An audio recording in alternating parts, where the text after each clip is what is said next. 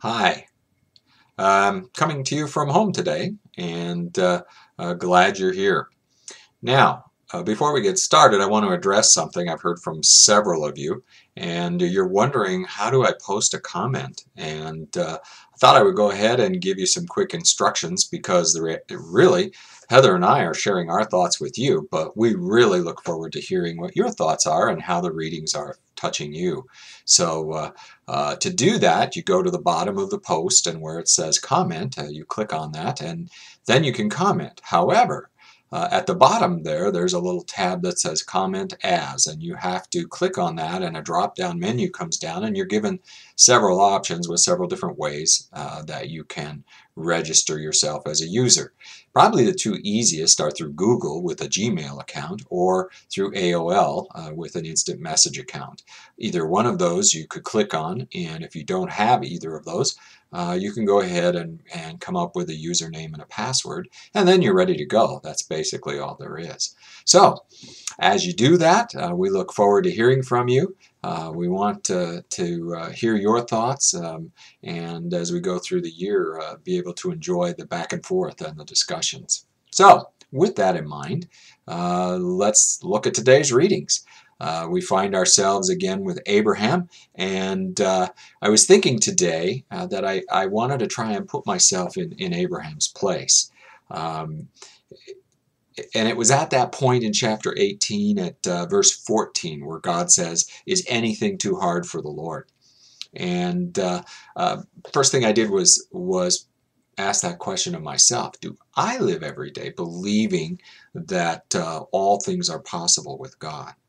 Um, I'm not so sure, I must confess, that I can say that. I think two things come to mind often instead. Number one, either I don't really believe that God is going to act or is going to do anything, or number two, I feel like I can just go ahead and do it myself, and then I don't really need God.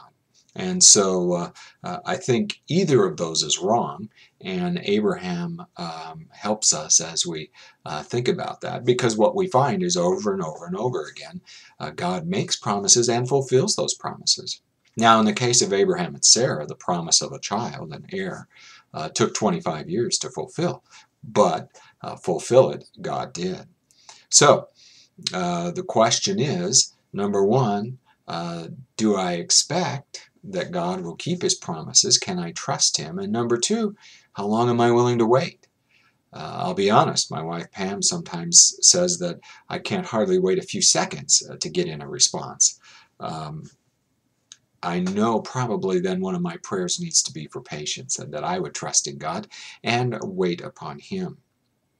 Now, the other thing today that struck me in the readings was that account between Abraham and God as God showed him what he was about to do in Sodom. And Abraham had this interesting back and forth, almost bargaining with God. And my first thought was, whoa, that's a little dicey.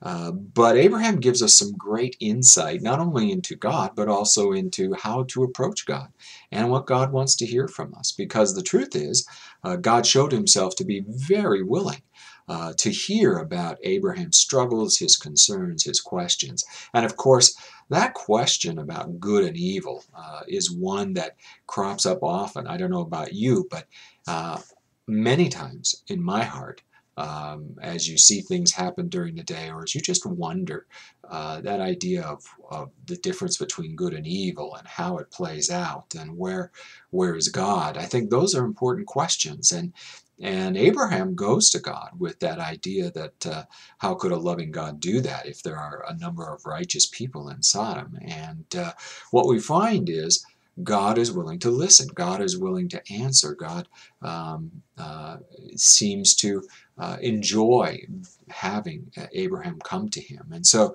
what we learn is Abraham's wonderful example tells us that we can go to God with all of our struggles, all of our concerns, and all of our questions. God is very willing and ready to listen. The other thing, though, that's important and that Abraham shows us is how you go about doing that.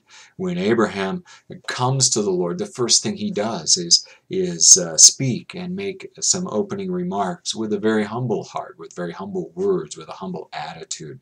In other words, he displays his trust, and he looks to God as the ultimate authority. And I think that's good for us to understand too as we approach God.